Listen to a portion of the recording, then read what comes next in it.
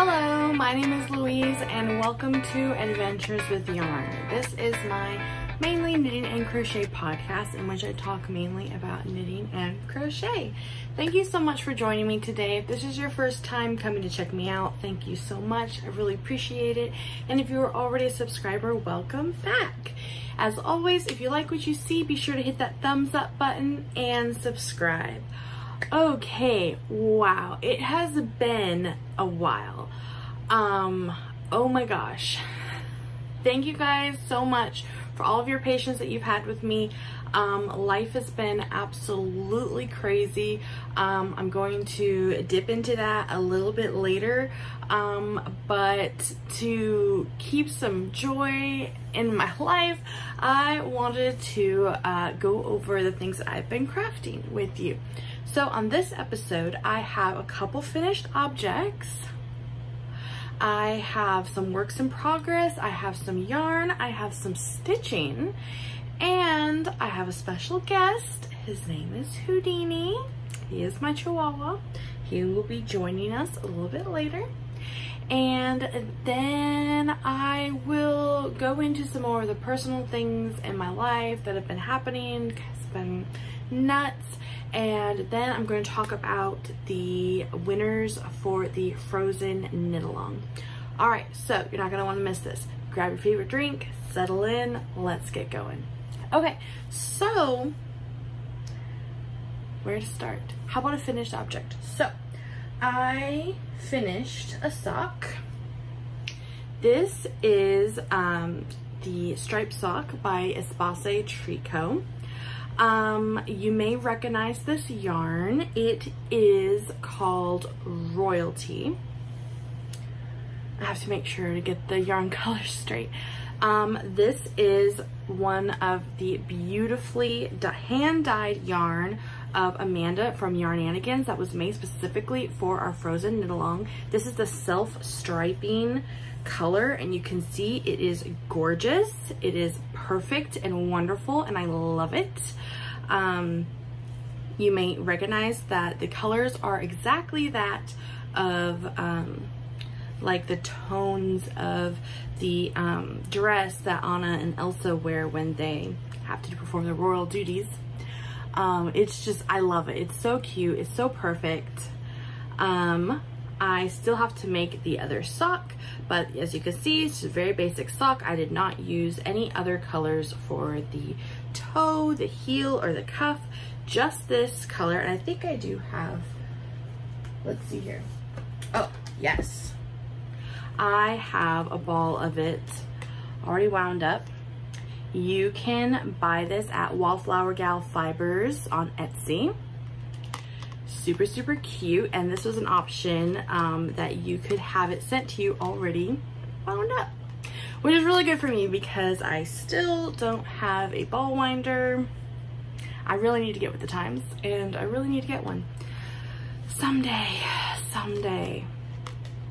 Her other yarn I have up here is the Sisters colorway.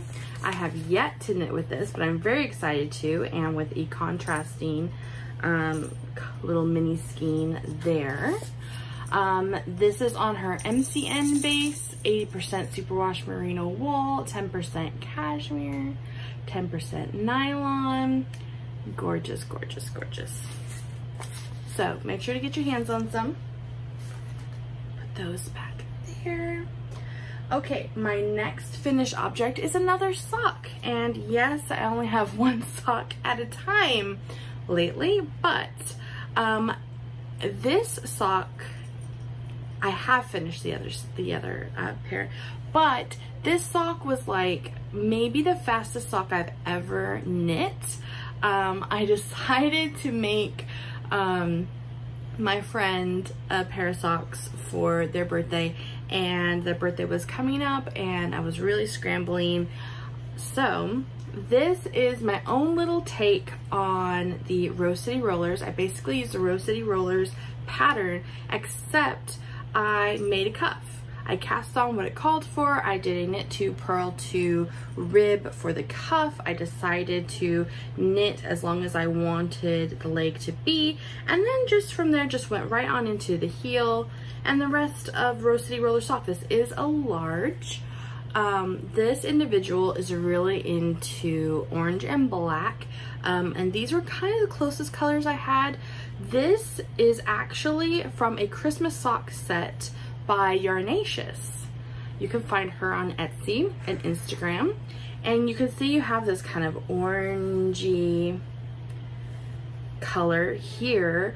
The actually, I might have the, yes, so this was actually the mini skein that came with it to make a vintage Christmas sock set, but she gave me a bonus mini skein, which was this, and this individual's partner helped me out in picking out the colors, and because the recipient of this gift is also into Star Wars, they felt that this kind of had like a galactic sort of feel to it. So these are actually all Yarnacious. It's just that this was the bonus skein, and I did not use the bonus skein to make the ribbed cuff. I was worried that that I would run out, especially with it being large, but I do actually still have a little bit left after making the heels and toes. So what I might do is use the rest of this into my scrappy granny stripe blanket full of mini skeins scraps. I already gave the first sock to this person for their birthday. It was one of those moments where you're like, oh my gosh, I've turned into my mother. Because my mom does that all the time. My mom is always giving us gifts and being like, oh, I just need to weave in these ends. Oh, I just need to do blah, blah, blah. So I had one finished sock to give them, and this sock was about like, so far done. I was like, look, I have the other sock on my needles, I promise, and they were fine with it. So I need to give them this, and then they will have a matching pair. Okay. What is next? So I want to show you some cool yarn that I got. So, and this is the colorway Don't Touch Your Face by Amy Florence of Stranded. She hand dyed some yarn, I want to say in honor of COVID-19, but I guess in commemoration. She made two different colorways. One is called Wash Your Hands, and one is called Don't Touch Your Face. This is Don't Touch Your Face in sock fingering weight. And this is her merino nylon fingering weight. I don't even know how this is going to turn out. I just think it's going to be so much fun. You've got that bright pink. You've got these oranges and blues. I don't even know, but I'm really excited. I did also purchase the Wash Your Hands, but they were out of the fingering weight, so I did get it in a DK base. I have wound it up into a ball already. So this one, it has much more purples and blues. It's got bits of black, bits of green, pink. I was really excited to cast this on, especially deciding to do something for me. And I wanted it to make myself a beanie, and I couldn't figure out what pattern to use. I really wanted something that was going to just very specifically show off the yarn, and that was it. So I cast on a basic beanie, just as basic as they come. We're a little tangled here, but so this is what I have so far, and this is how the yarn knits up. I have cast on what, like 100 and some stitches, and a knit one, purl one, rib, and then start working on the body of the hat. But yeah, you can see how it's going to turn out. Basically, it's going to be really fun just like Amy Florence. If you haven't checked out her podcast, Stranded, I love how positive she always is. Very positive, very fun if you like that kind of thing. And she of course has a beautiful British accent. You can buy her yarn also, Stranded yarn, I think it's strandeddyeworks.com or .uk. You can Google it, you'll find it, but you kind of have to be in the know mostly to know when the new yarns are going to drop so that you can get your hands on them before they sell out. So that is so much fun. This is so soft too. I'm going to be really excited to have this for myself. Okay, so my next projects have been crochet, and things have been pretty slow going.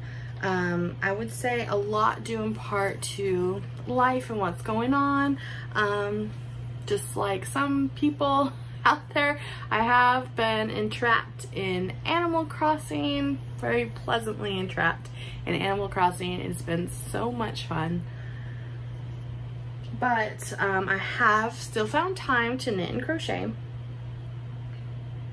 This blanket is a baby blanket that I am making for a friend, and I do have to get on this because I think her baby shower is coming up in a couple weeks.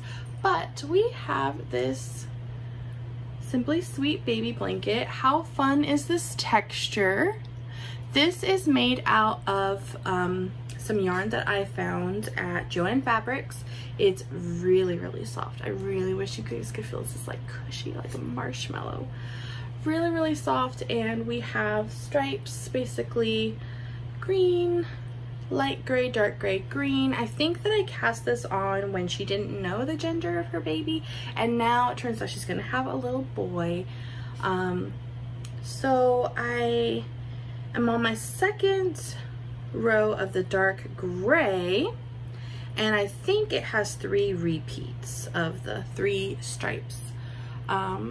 It's very, very simple. You know, I love patterns like that where you can just memorize them and just go, go, go. Especially crochet, I'm much faster at crochet than knitting. And so I think yesterday I just sat down and busted out the whole light gray stripe. So if I could just keep up with that, then I will get this done in time to give her for her baby shower. So cute, and I feel like the colors are kind of classy. Let me know if you agree or disagree, but this friend of mine, she is very classy. I very much admire her sense of style and color choices, so I really hope that she appreciates this.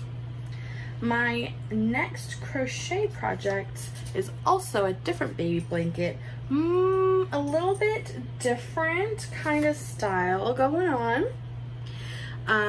This is a type of a straight stripe granny blanket, and this is going to be for my niece for her upcoming birthday. I love, love, love, sorry, my special guest is distracting me down there.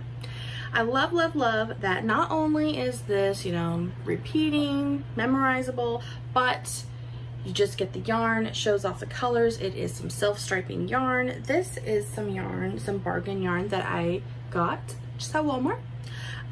This is Lion Brand, and the color is Liger. This is the second ball of yarn.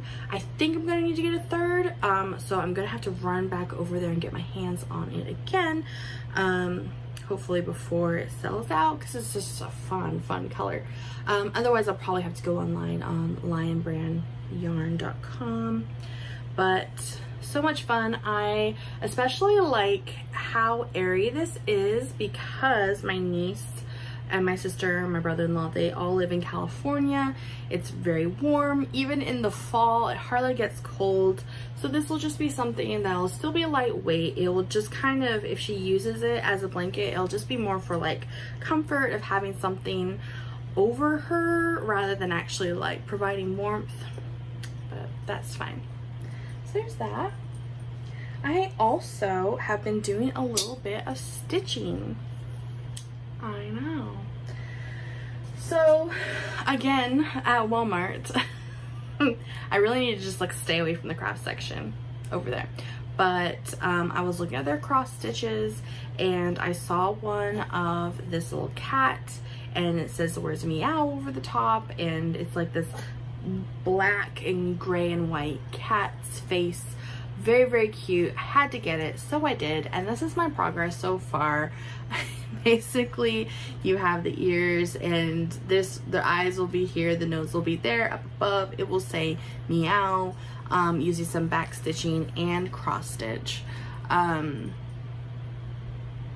But yes, this is a kit from Dimensions. I'm very, very much enjoying it. I think I'm going to have to introduce our special guest sooner rather than later because he will not wait. Come here, you squirt. Okay, Houdini's gonna be joining us for a little bit. If you haven't seen him before, this is Houdini, my pup, my little fur child. He is my little chihuahua. Anyways, back to cross stitching real quick. I found a Facebook group, and I think they're called like Enchanted Stitches, stitching challenges. They have a bunch of really fun challenges, and it's very much Disney, not very much, it is Disney themed. I haven't been cross stitching enough lately to really keep up with the challenges, but they have weekly challenges with a theme for each month. Like they basically have like a movie for each month, and then divide that month up into the weeks, and then they have weekly challenges that have to do with the theme of that movie, which so far has been like a movie that you can get on Disney Plus or Netflix or Hulu. Lots of fun. They also have these year-long challenges called Stitching Around the Park, and they list out each of the different parks in Disney World, and it's kind of like you're making your way through the parks. So like I chose Epcot because I've been to Epcot, and it's my husband's very, very favorite. My favorite is actually Animal Kingdom, but we skipped a couple different things at Animal Kingdom, so I felt like the Epcot Stitching Challenge was a bit more relatable because like I have done every single thing on that challenge. Basically, let me back up. So basically you have these challenges, stitch around the park, you follow the prompts, and so like the first one is you walk 365 feet from the entrance to, you know, the big Epcot ball sphere, whatever you call that thing. So after you knit 395 stitches, you've completed that part. So then you post your start and your finish and count your stitches, and then you move on to the next and the next and the next, and it will take you around the park. It'll take you to different things or different attractions, or it will say, you know, like the spear has 3,000 some points on it, so you must stitch 3,000 some stitches. So things like that, or sometimes they use years, you know, like this thing was done in year blah blah blah, so you have to knit this many stitches or stitch this many stitches, and then you finish the prompts one by one in order, and when you're finished, it's something around 30,000 stitches, and you stitched your way around that park. And then for these challenges, if you can finish your way around a park, then you get to be entered into a prize that will be drawn at the end of the year. So that's been pretty cool. I think I might take it up. I have a lot of whips. I have so many stitching whips. But you know, it's just all kind of grabs me. The stitching bug has kind of grabbed me the last couple days, and we'll see what happens. So, okay. On to life. So basically a lot's been going on. If you've seen my previous videos, you know that my family and I did struggle and overcome COVID-19. My husband even had to be hospitalized. I had to miss work. You know, we got through it. And that was also in the wake of my husband's mother passing away. So a lot going on there. And we've been, you know, struggling to find some normalcy, just kind of trying to get by and get back into regular life. My sister's been having some struggles. I have 3 younger sisters, and my youngest sister has been struggling with addiction for a while, but now it is really affecting her health, and I think that she is in a state of denial, fear, and also having some defiancy in seeking medical care that she really needs. We did convince her to finally go to the hospital, but she only stayed for a little bit before she ripped out her own IVs and left the hospital. She didn't go to her follow-up. She didn't get her prescriptions that she needed. It's really sad, and that's just kind of been some drama that's going on.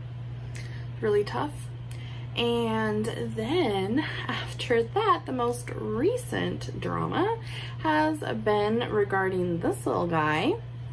So Houdini is a Chihuahua, and a lot of Chihuahuas are prone to dental disease.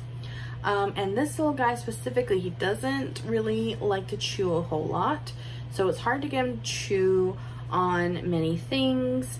We have found a few things though lately, but when we first got his teeth cleaned, the vet told us that they thought he probably would need his teeth cleaned every year.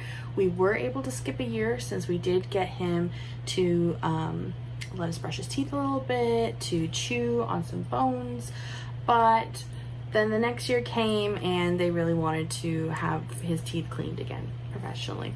So we went ahead and did that, and he was home recovering, and then started not feeling so good, and we thought maybe he had like a little upset tummy from the antibiotics and the anti-inflammatory medication that they had him on.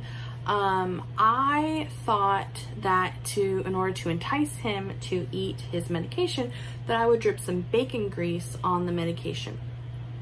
Big mistake. I thought that bacon grease was okay to give dogs. It is not, apparently.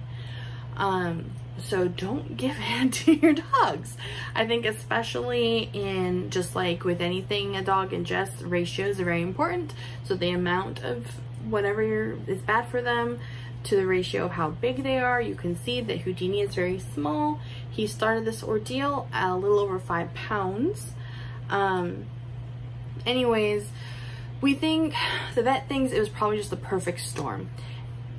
We've had a rough week.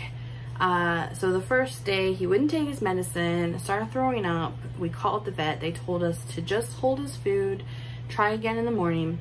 So we held his food for the whole rest of the day. He didn't throw up anymore, but the next morning he also would not eat his food. I gave him a little bit of water. He threw it up. So we took him into the vet, and they gave him an injection of anti-nausea medicine. They put some fluid behind his shoulder blades, which is really interesting. They call it sub-Q, which means under the skin. So he had like this bulge, which was actually fluid under his skin that was slowly absorbing into his skin. So kind of like getting to take him home on his own little IV drip in order to keep him hydrated. But then he still wasn't eating. So we brought him back to the vet again the next day. He wasn't eating, and he was vomiting too, not even keeping down water again. The next day we brought him back in, and what did they do that day? That day they did an x-ray, and they wanted to make sure that he wasn't having an obstruction. That was really scary for a little bit when they thought that maybe he did have an obstruction, but we thought, like, this is a good dog. He never gets into anything. Like, he did not eat like a sock or fluff or something to get stuck in his little intestines. But while we were waiting for the result, they told us, like, well, if we do find something, he might have to have emergency surgery. So we were really scared, but then the good news was they didn't find an obstruction, so that was good. They gave him some more anti-nausea meds and sent him home again. That day, they didn't send him right home, actually. They did keep him for like 6 hours on IV fluids.